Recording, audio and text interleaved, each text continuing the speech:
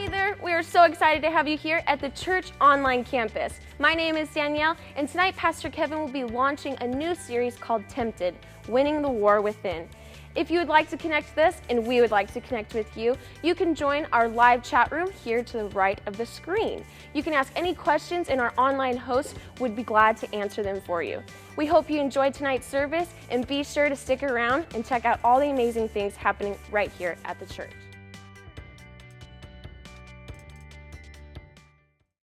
Every single one of us, we all have this battle that goes on inside of us. We all have this imaginary line that we see in front of us, and it's a line that we know we shouldn't cross. That if I cross this line, I'm doing something wrong. I'm doing something negative. I'm doing something that's going to impact me in a bad way. But for whatever reason, no matter what that line is, when we see that line or we draw that line, there's something inside of us that is so tempted to get close to the line and then cross the line. And when we do, we're like, oh, I shouldn't have done that. And every day there's this battle of right and wrong, what I should do, what I shouldn't do. And there's this war that goes on inside of us. And what we want to talk about is, over the course of the next several weeks, is that you can win this war. You can win this war. And so we want to kind of set on one story, and we're going to talk about it today. It's going to be the foundation of all the different weeks of the series. And it's a story that's found in 2 Samuel chapter 11 and also chapter 12. And today we're going to talk about and kind of tell the story. And I'd encourage you, go back and read 2 Samuel chapter 11 and chapter 12 to make sure I'm not lying to you, because before Jesus I had a lying problem. So make sure I'm not lying to you. Go back and read it on your own.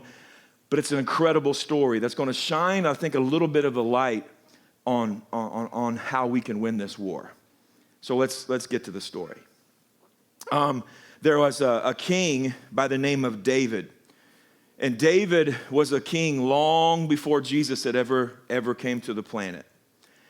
And in the season that David was in, the Bible says that it was a season of war. And you know how we have like football season and soccer season and hunting season? There's all these seasons going on. Well, back then, there were seasons in the year that it's like, if you're going to go to battle, now's the time to go to battle because the weather's right and there's certain things that are happening. This is the season where people would engage in warfare.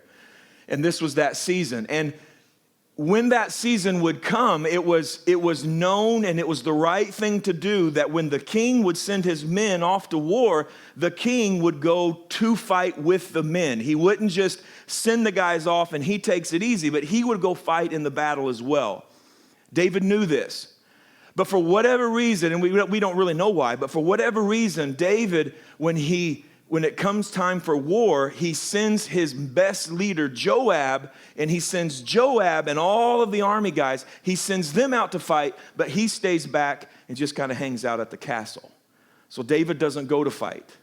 David chooses, for whatever reason, to not do the right thing, but to stay in the palace. While King David is in the palace, one night he goes to sleep, and as he goes to sleep, he wakes up, and the Bible says that in the evening time, so it was in the nighttime, David's asleep, and then he wakes up, and he looks around, he's kind of bored, doesn't know what to do, so he gets up out of his bed. And he gets up out of his bed, and he starts to walk around his palace, and maybe checks the refrigerator, drinks some milk, he's hanging out trying to figure out what to do, then he walks up his stairs, and as he goes up to the stairs, he begins to walk around the very top of his castle. And as he's standing at the top of his castle and he's overlooking the whole city, there was obviously enough light from the moon or the candles from the other houses all around him that he was able to see images and shadows very, very clearly. And as he's looking over the city, he happens to look down close to him and he sees a house.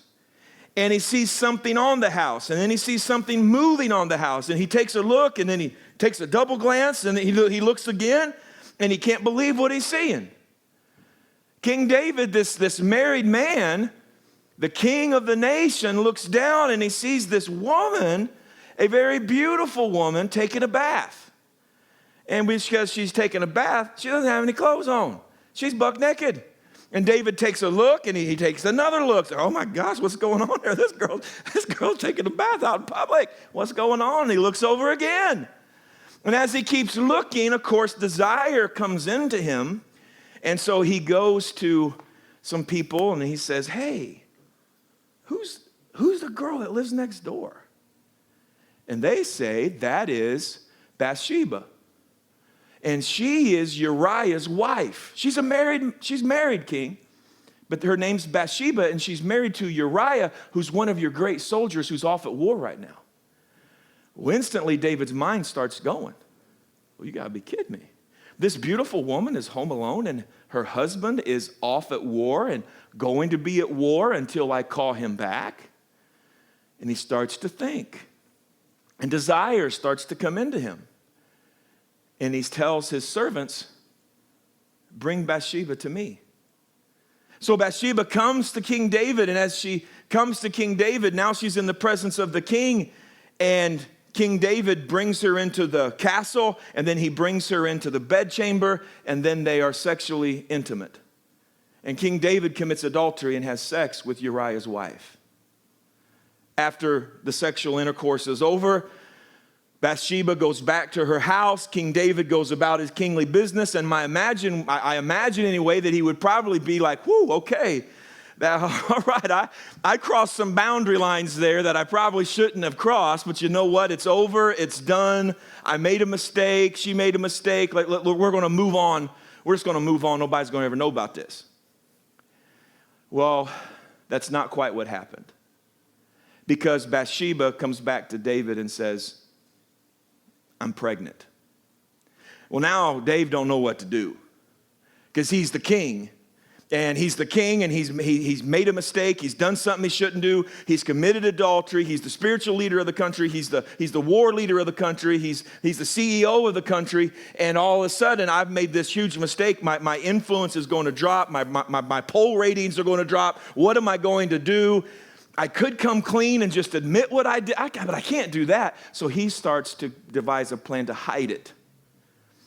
So she's pregnant by him, but no one knows that. So he said, I know what I'll do. I'll get Uriah back from war.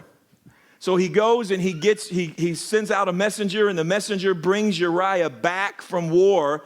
And King David meets with Uriah and says, Uriah, thanks so much for fighting so great for your country. I want to give you some time off.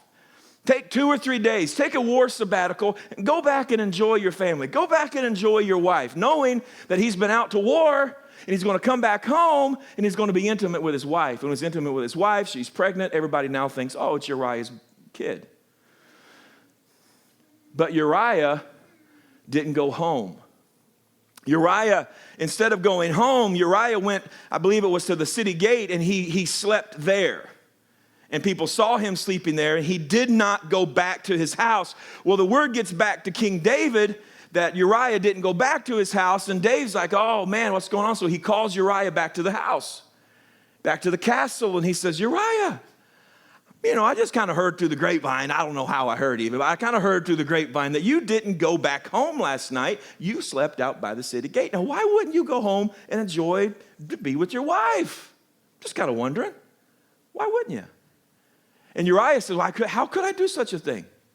King, I love you. I want to serve you. I want to fight for you. How could I, while my fellow soldiers are off at war, how could I go and be intimate with my wife and enjoy her company? While the Ark of the Covenant is out fighting for us, and while the army people are fighting for us, I'm not going to defile them and who they are by being selfish and being intimate with my spouse and enjoying her while my other friends are fighting and giving their life. I can't do that.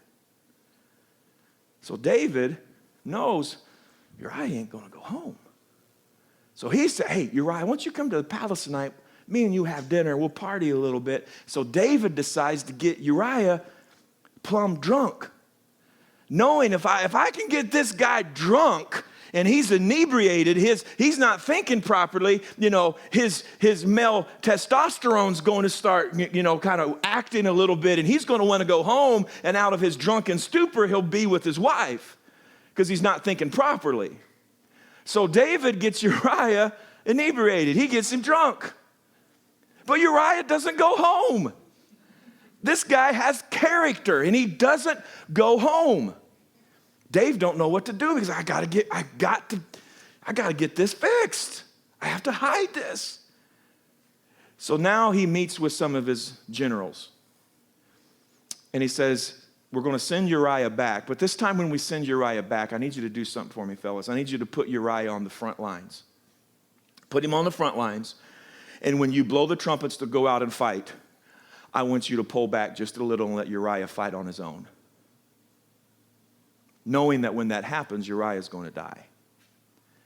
So the generals obeyed. They put Uriah on the front line. They blow the horns for warfare. Uriah charges for the kingdom. He charges for his king. The men hold back, and Uriah dies on the field. When King David gets the word that your King Uriah is now dead, he now says to himself, I can fix this now. Now I'll do the right thing. I'll do the right thing now, and I got this lady pregnant. She's lost her husband, and I will marry her. So King David takes Bathsheba as his wife. Now, because she's pregnant, everybody's going to think it's legal and lawful because they're married. Of course, she's going to be pregnant with his child, and everything's fine. Whew. And David thinks to himself, I finished this. His wife, Bathsheba, is in extreme pain and mourning. However, David's thinking, this is okay. I've got this done. I crossed some boundary lines. I did some things I shouldn't do, but I fixed it, and we're going to move on. And that would have been great if 2 Samuel ended at chapter 11, but it doesn't. And when we turn to chapter 12, the story changes drastically for David. David is friends with a prophet named Nathan. They're very good friends. Nathan is a spiritual leader, and so God spoke to Nathan about what had happened. He had shown him what King David had did. Nathan then comes to David out of love and says, hey, King David, I request a meeting with you. And the king says, let's go ahead. So Nathan shows up to the palace. And as he comes to the palace and he talks with King David, he says, King David, I have a story that I would like to tell you. And King David says, speak, go ahead. And Nathan continues on and he says, King,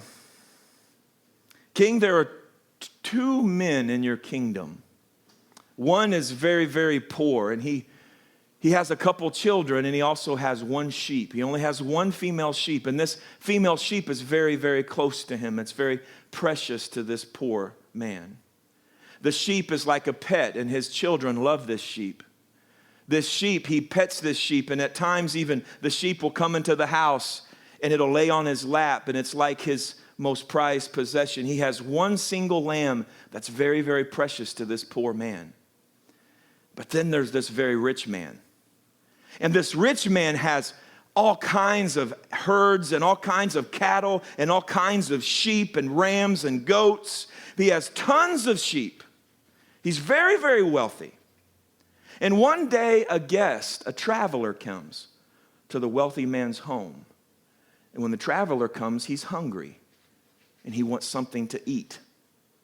And the rich man says to himself, well, I need to feed the traveler, but I don't want to feed this traveler out of my stuff. I don't want to feed him out of my sheep. I don't want to kill one of my sheep and give it to this traveler. And he looks and he sees across the fence and he sees the poor man's one single female sheep. And he calls his servants to take the sheep from the poor man. And he kills the sheep and feeds it to the traveler. And now the poor man has no sheep. And the rich man has fed the traveler out of someone else's. And as he's talking, King David gets irate. He can't believe that some rich man would stoop so low. He's got so many sheep and so much money, and he's going to steal the very one thing that's precious to this one poor man. And he's so angry, and he's so irate, and he yells at Nathan. I can imagine him standing up, and he yells at Nathan and says, who is this man? For this man shall surely die. And Nathan looks at King David and says, O king, you are the man. And as soon as he says it, all of the past mistakes came back to David. And he remembers that he is the rich, wealthy king with not just one wife, but multiple wives and concubines to spare. And this one night, a traveler came to his heart named Desire. And a traveler named Desire comes to King David's heart. And this Desire says, feed me, feed me, feed me. And David, instead of feeding his desires out of the multiple wives that he has and feeding his desires out of the things that God had already given him, he looks across the way and says, I'll feed my desire with her. And he remembers calling Bathsheba to his house. He remembers going to the bedroom. He remembers the sexual intercourse. He remembers trying to hide it. He remembers trying to trick Uriah. He remembers giving the orders to kill Uriah. He remembers all of it now. And he repents and he's sorry. And Nathan says, God forgives you of your sin. However, because you have sown bad seed into another man's family, now your family shall receive the very things that you've sown. You have sown lust, your family will be full of lust. You have sown fighting, your family will be full of fighting. You have sown sexual misconduct, your family from this day on will be full of sexual misconduct. You have sown death, now your family shall experience murders and death. And in fact, the child that Bathsheba is bearing, unfortunately, will die as well. And David is devastated because he had this battle inside of him and he lost the battle. And he crossed the line and he crossed another one. And now he's looking back at all of the repercussions of short-term pleasure. But now he's got long-term pain. This is one of the most telling stories in all of the scriptures. There's so many avenues and lanes to this that we can learn from. And when you read the scriptures, I want to encourage you, don't just read the story and say, oh man, that King David, he's kind of dumb. Don't just read it, but look at it. And ask God, what are you showing me? What can I learn from the mistakes of others? What can I learn from the good things of others? And dive into the scriptures. And when you begin to read the scriptures, the amazing thing is the scriptures will begin to read you. And when you look at the scriptures, you'll begin to see mirrors of yourself and the characters of the story. And when you look into the stories of the Bible, you'll see nuggets of truth that if you begin to apply them to your life, could very well change everything. And so tonight, and over the course of the next 4 weeks, we want to kind of stand on this particular story. And when we look at this story, there's a lot of things we can learn, but there's 4 things that we can see from this story that's going to help us when we look at David, who lost the war within. If we look at these and we see these 4 things, it's going to help us begin to win the war. Here's the 4 things. Number 1 is this, is God's way is always better than ours. The first thing that we see blatantly and plainly in this story is God's way is better than ours. God had certain ways that he wanted King David to live his life and to be a king and to be a husband. There's certain things and ways and standards that God had, but then David had a different way and a different desire. David did it his way and all hell broke loose, but if he'd have done it God's way, all of heaven would have came into his life. God's way is always better than our way. That's the first thing we can see. The second thing is that we can't play with sin because when we do, something dies. We can't play with sin because when we do, something dies. The Bible says that the wages of sin is death. And King David, for whatever reason, thought that every time that he didn't meet God's standard, every time that he did something that was wrong, every time that he made a mistake or put himself in a bad situation, every time that he crossed a line, King David obviously thought this isn't a big deal because he crossed another line. And every time that he sinned, every time that he did something he shouldn't do, it brought death. His influence died. Bathsheba's marriage died. Uriah died. The child died. And death stayed in King David's family for the rest of his days. Multiples of his children died. Many of his children killed the other children. Why? Because we can't play with our sin. Because when we play with sin, something is going to perish. That's the second thing we see. The third thing that we see is we see that we have to feed the good and starve the bad. What King David constantly did was, King David, man, he constantly fed the bad. You know what? I don't know if I want to go off to war. So he didn't go off to war. I think I'll just get up in the middle of the night and see what's going on. Let me ask you, fellas, when's the last time, honestly, that you got up at 1 a.m. in the morning and started watching television and came across something that wasn't negative? Nothing good happens at 1 in the morning. David knew that, but he fed that desire. And he got up in the middle of the night to see what's going on. And that desire, that one desire, and then that other desire, and then the third, I'm going to have her come to my house. I'm going to have her come to my bedroom. I'm going to have sex with her. I got to hide this. And the more that he fed the desires, the negative desires with his actions, the more those negative desires pulled him to destruction. So because of that, man, we got to not feed the negative. We got to feed the positive. We got to feed the good and starve the bad. The last thing that we see in this is we need to be in the right place and surround ourselves with the right people. Be in the right place and surround ourselves with the right people. David in this story was constantly in the wrong place, and he was around some people he shouldn't have been around. Now, you say, man, you went through those real quick. Yeah, I did, because those four things, that's the rest of the series. Tonight, what we want to do, we just want to take just about 5-10 minutes. We're just going to sit in on this first point of God's way is better than our way. That's the first thing we're going to sit through. God's way is better than our way. And then next week, we're going to pick up point 2, and I got a little friend coming with me to kind of show us that you can't play with sin, because when you do, something dies. And then the next week, something else, and the next week, so we're going to take these 4 points, and we're going to sit on them for 4 weeks in a row. And I'm telling you, if there's a war in your life, if there's a battle in your life, you need to win, it's this one. You can no longer just trick yourself and lie to yourself and say, I can play with sin, I can keep doing this and keep doing that, my life's going to be okay. No, it's not. You've got to win this battle, and you can win this battle. So that's why we're doing this series. Is that if there's ever been a series that you need to show up and be a part of every single week so that you can discover how to win this war that's going on inside of you, it's this one.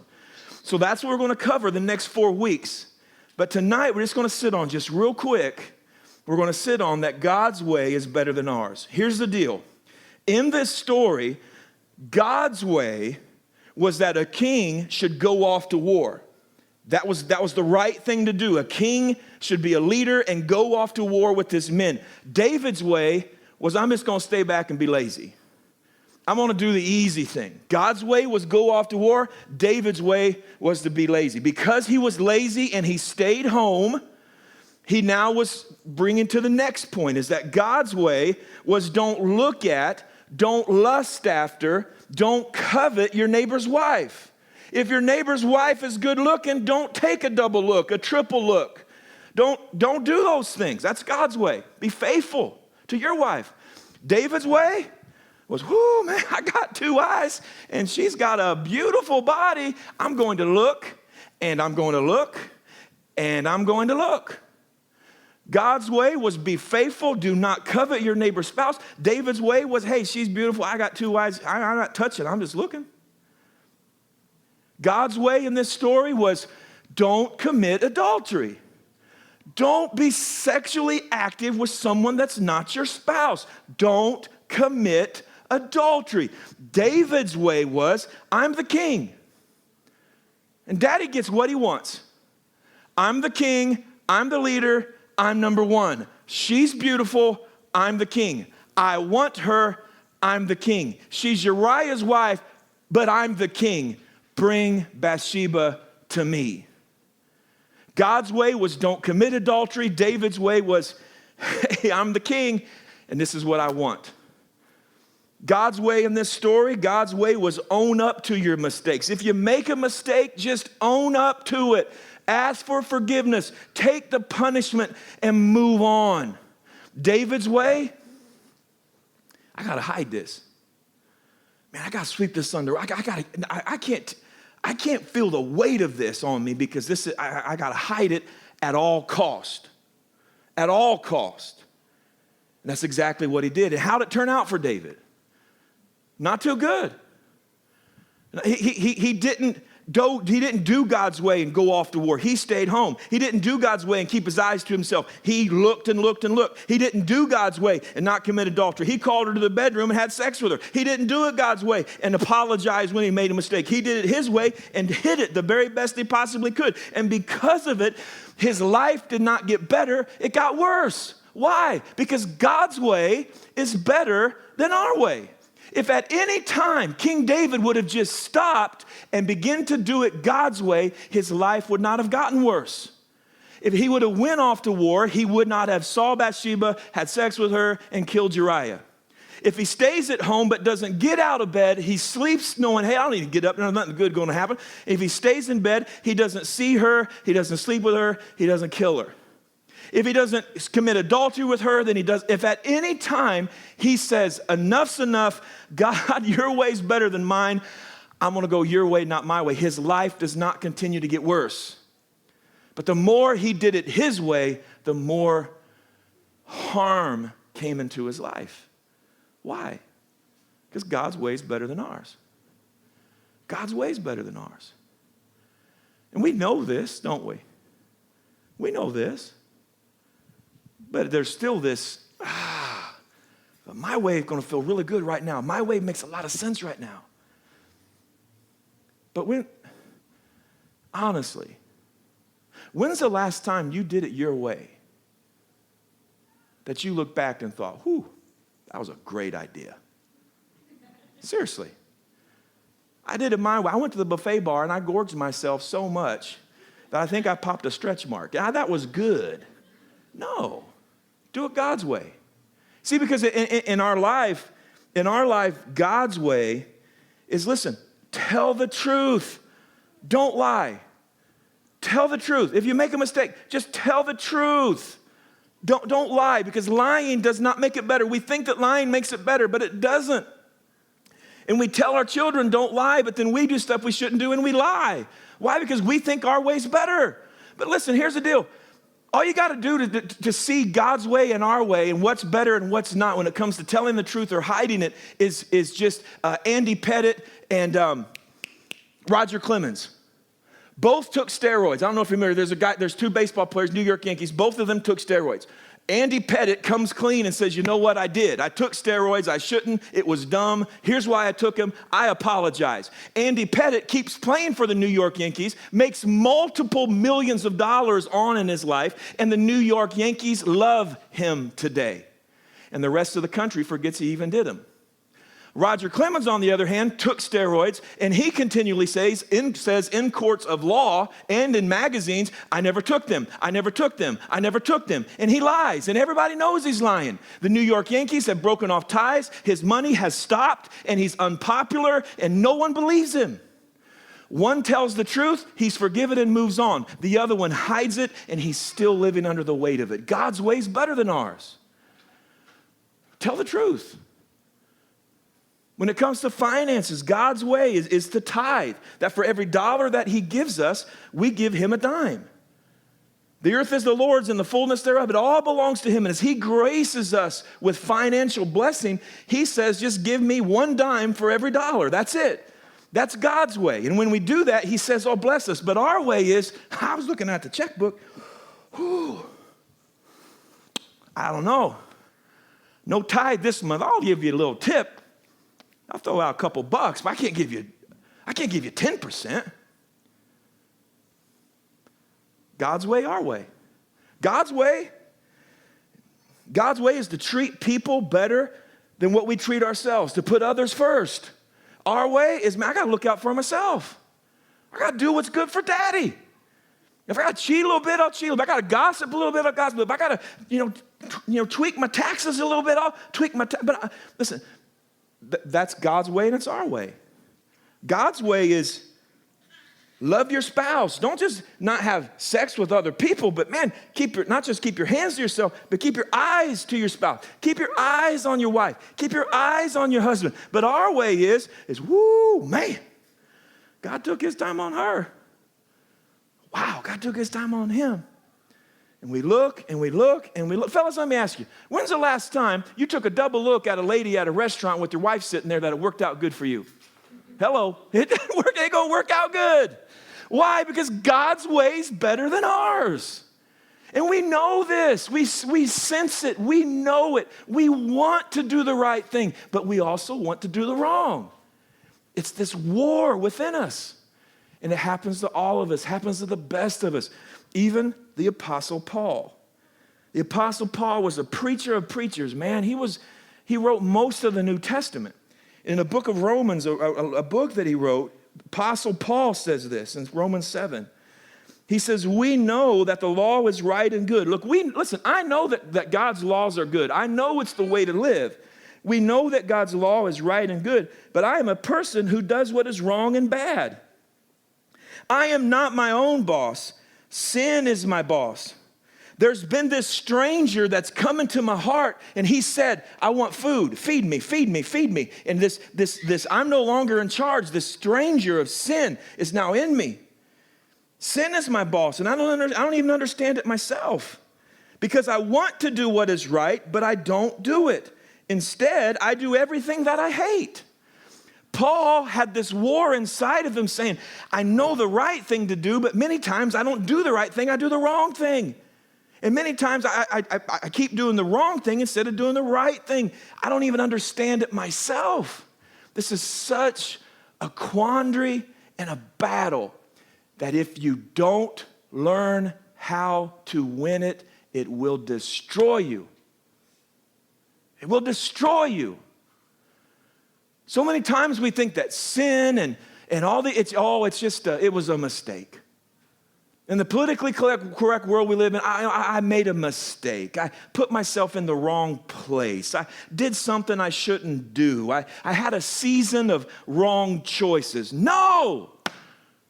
I crossed a line I shouldn't have crossed. I sinned. I sinned. I did something I shouldn't do. I willingly knew this was bad, and I wanted to do it anyway. The only reason why we would ever cross a line and do something that we know is bad and do it anyway is because in our mind we think our way's right. God don't know what the heck he's talking about. God don't know what he's talking about with tithe. I'll do it my way. God doesn't know what he's talking about in marriage. I'll do it my way. God doesn't know what he's talking about in friendships. I'll do it my way. And the question, all I need to look in the mirror for me is every time I've gone through a season in my life where it's like that, I look back and I'm like King David. And somebody's pointing at me saying, you're the man. You're the one messed up. And guys, you don't have to live like that. There's a way to win this war, and the first way to win the war is to come to grips in your heart that God, there is a God, he does have a standard, and his standard is better than mine. His way of marriage is better than my way. His way with money is better than my way. His way with friendships is better than mine. His way of taking care of my body is better than the way I take care of my body. There is a God, his way will bring more joy and contentment than mine. That's the start of the journey. That's the start, is to wrestle with it.